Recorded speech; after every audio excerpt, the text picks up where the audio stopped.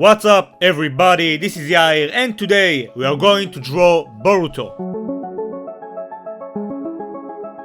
Okay, so today we are going to draw Boruto, that's Naruto's son of course. Before we start, you can check the description box where you can see all the materials I'm using for this tutorial with Amazon product links. As you can see, I already drew a perfect square. Each side is 5 centimeters, but you can draw it in any size you want to. Just make sure to use a suitable paper size. Okay, so first we are going to start by drawing the shape of the face. We'll start with the jaw and go all the way up.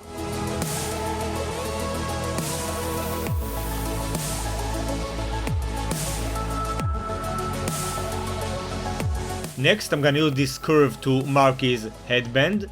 Then I'm gonna draw 2 guidelines right there, and those guidelines will help us draw the eyes.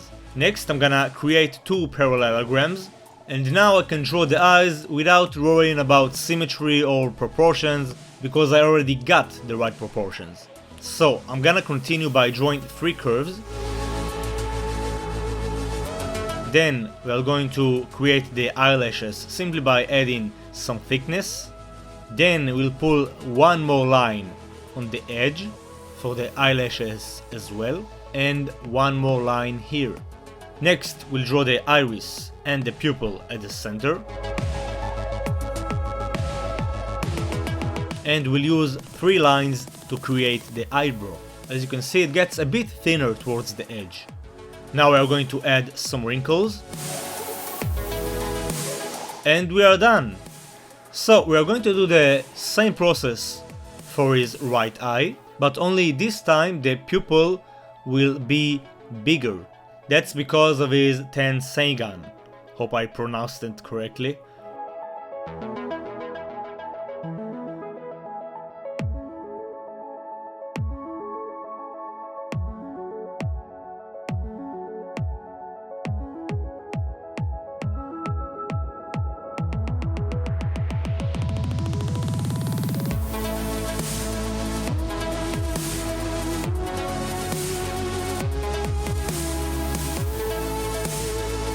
Next, we are going to draw the mark around his eye.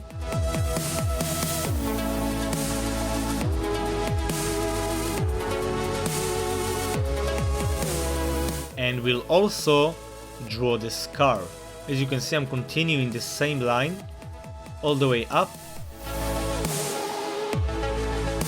And we'll add 2 more lines right there. Awesome! Next, we'll draw the nose by simply drawing 2 commas. And now we'll draw the mouth at the center of the bottom rectangle, and we'll draw 1 more line to indicate the bottom lip.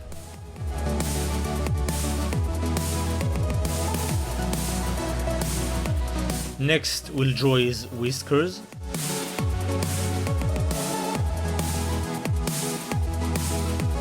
The sideburns right next to the eyes. And now we'll draw the ears. So first, I'm gonna start by drawing the shape of the ears, and only then I'm gonna add the details. As you can see, I'm using the same guidelines of the square in order to keep the right proportions and the right symmetry.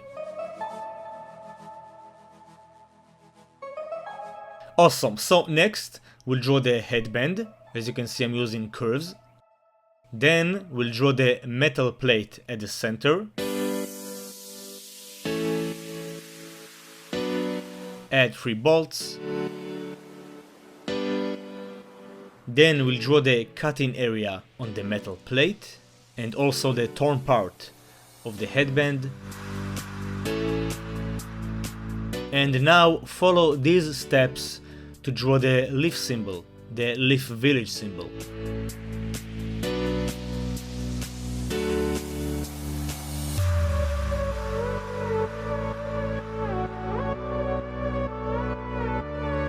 And of course, we'll cross it at the center, just like that. Awesome! Next, we'll use 2 lines to create his neck. And then, for the hair, we'll draw 2 spikes on each side. Next, we'll draw his 3 spikes on the front, covering the headband of course.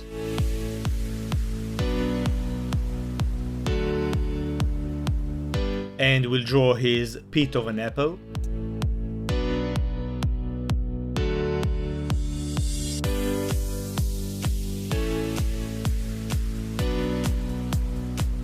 Next, I'm gonna draw 2 more spikes on each side. And then I'm gonna use a guideline one more time to help me keep the right proportions of the hair. All you have to do now is just add the rest of the spikes.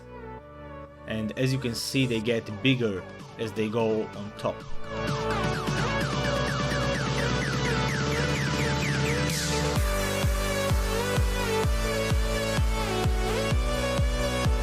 Awesome! So we are done with the face, which means we can move on to the torso. We are going to continue by drawing the traps and the color of his shirt.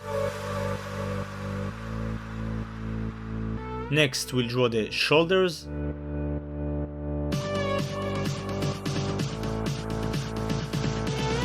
And now we want to draw his jacket. So I'm gonna start by using those 2 curves. Then we'll create the color of his jacket. I'm gonna add 2 more lines to create the zipper parts.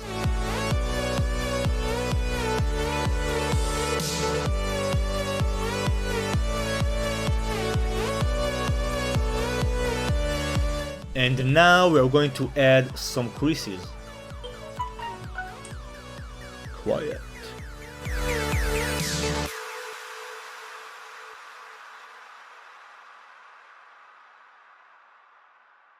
And we are almost done. I want to repair those whiskers, just making more distance between the two. And ignore his right side whiskers because we are not going to ink them later on.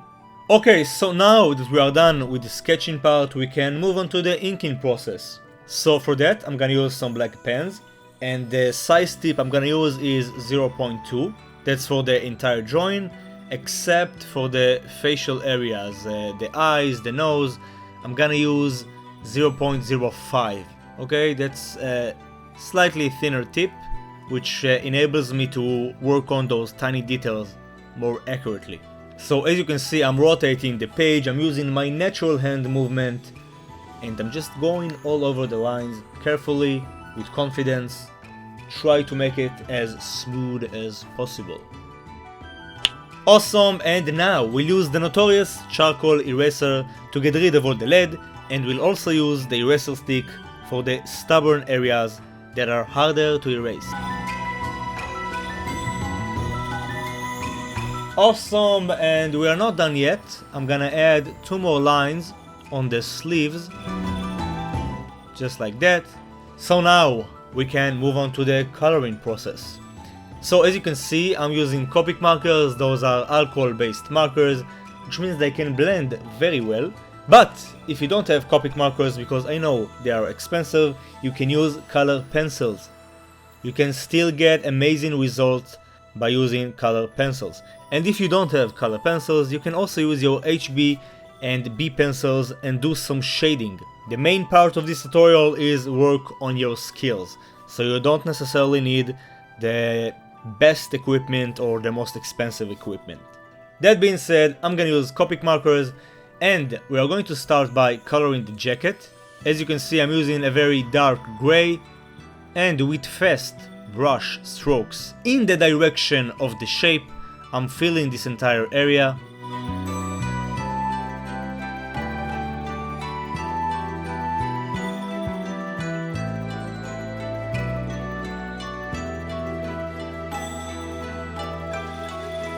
If I want to get more saturation, I'm just adding more layers, but of course coloring in the direction of the shape, okay, remember that.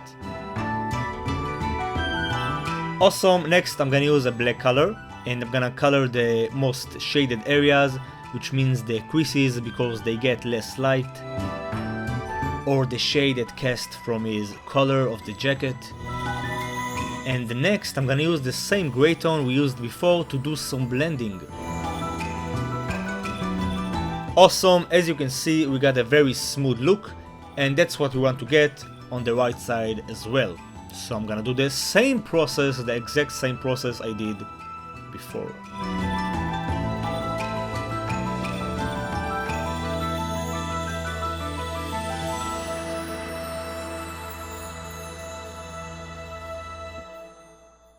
Awesome, next we'll move on to the shirt underneath. We're going to use the same color C7, just fill this entire area. And for this drawing, the main light source will come from the right side, which means the left side will appear darker. So we'll color the left side darker. And we'll do some blending. Awesome, next for the shirt underneath, you can use either a very cool gray or a purple gray tone. I'm gonna use a pale purple gray tone, and then I'm gonna use the colorless blender to blend the edges.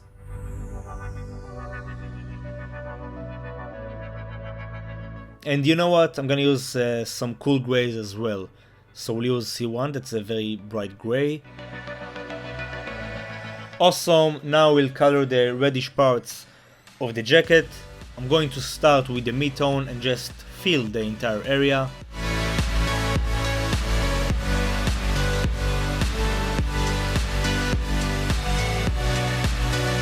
Next, I'm gonna use the darkest tone to add some shade. Then, just like before, I'm gonna do some blending. As you can see, I'm using the mid-tone to blend the darkest tone. Next, we'll color the zipper with C1, the same cool gray we used before. And for the right side, we'll use an even brighter tone, and then we'll use the same colors we used before, which means the mid-tone, then the darkest tone, and then we'll do some blending. So like before, I'm gonna use the mid-tone to blend the darkest tone, and I'm gonna use the brightest tone to blend the mid-tone.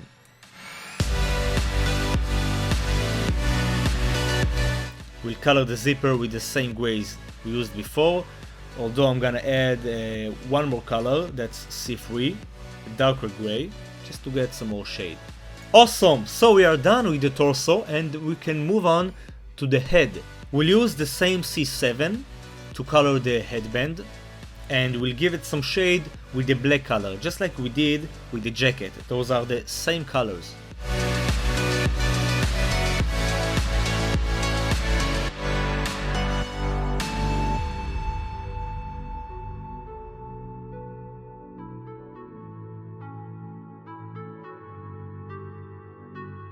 Of course, you already know by now that we are going to do some blending. And now we can color the metal plate. So for that, I'm gonna use different grays. We'll actually use some purple grays. We'll start by coloring those dents. Then I'm gonna use a brighter tone. And as you can see, I'm leaving some blank areas. Those will be our highlighted areas to create that shine. Next, we'll use a darker tone to add some shade. Then we'll blend the colors, of course. And I'm gonna use the colorless blender to blend the blank areas, so we can get a smooth transition. Next, I'm gonna use the same color we used for the dents to color the Leaf Village symbol. And I'm gonna use the mid-tone again just to add more contrast. Awesome, now I'll even use an even darker tone for those dents. Awesome, so we are done with the headband, and now let's color the hair. We'll use two colors for that. I'm gonna start with the brighter one, and then we'll use an ochre yellow for the shaded parts. I'm gonna do the same process for the sideburns, and now we'll color his 3 spikes on the front. And as you can see, I'm using some blank areas just like before because I want to get some nice highlights. And of course, I'm coloring in the direction of the shape. Next, we'll use the darker tone to add some shade.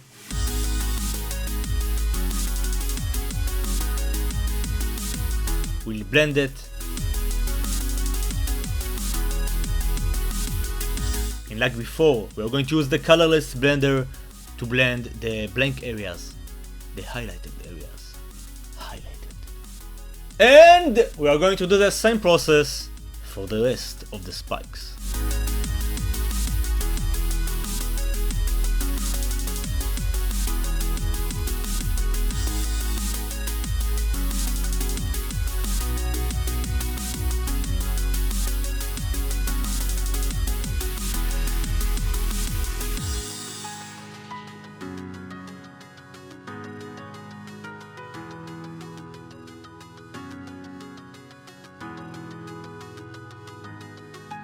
Awesome, so now let's color the skin. We'll use 3 colors for that.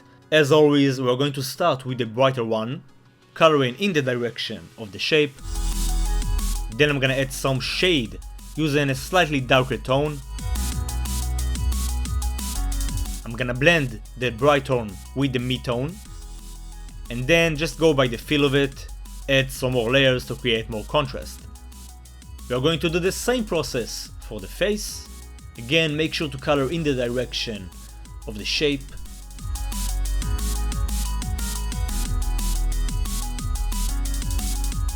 As you can see, I'm adding some more layers on his upper lip, on the bottom lip, and basically on the left side.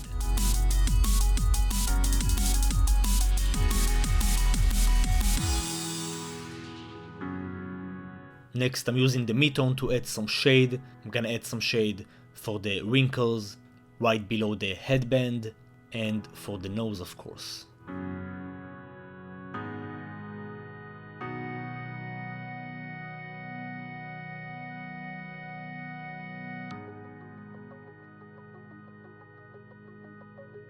Next, I'll use the same brighter tone and just add more layers to create more contrast. Awesome, now we'll color the eyebrows with the same colors we used for the hair, of course.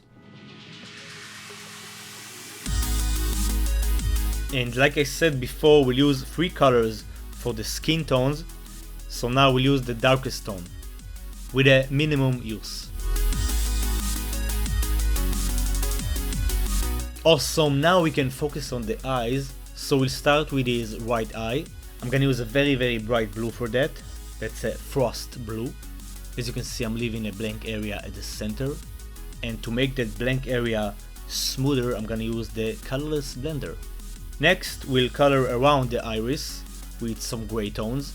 We'll start with the mid-tone. Then we'll use a darker tone for the edges. After that, we'll do some blending with the mid-tone. And then we'll use the brighter tone. That's C1. And we'll basically blend everything. And I'm gonna use the darker tone again for the edges to create more contrast. Awesome, now we're going to color the scar. We'll use flesh colors for that. That's RO2. Then for the shade, we'll use Lipstick Natural. That's how it's called. EO4. Of course, we'll do some blending. And we'll use neutral gray. That's N5 for the mark around his eye. As you can see, I want to get a solid look, so I'm just adding more layers. Awesome, and one last spin for this eye. We'll use Cool Shadow, that's BG10, and we'll color the iris. Awesome, now we can focus on his left eye.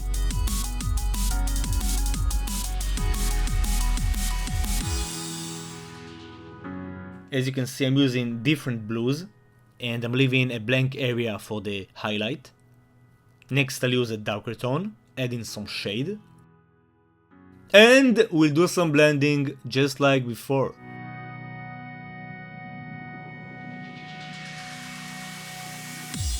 Awesome! But we are not done yet. Not yet. The last thing to do is add his collarbones. I forgot about the collarbones! So we'll do that just by drawing 2 lines with a curve on the edge.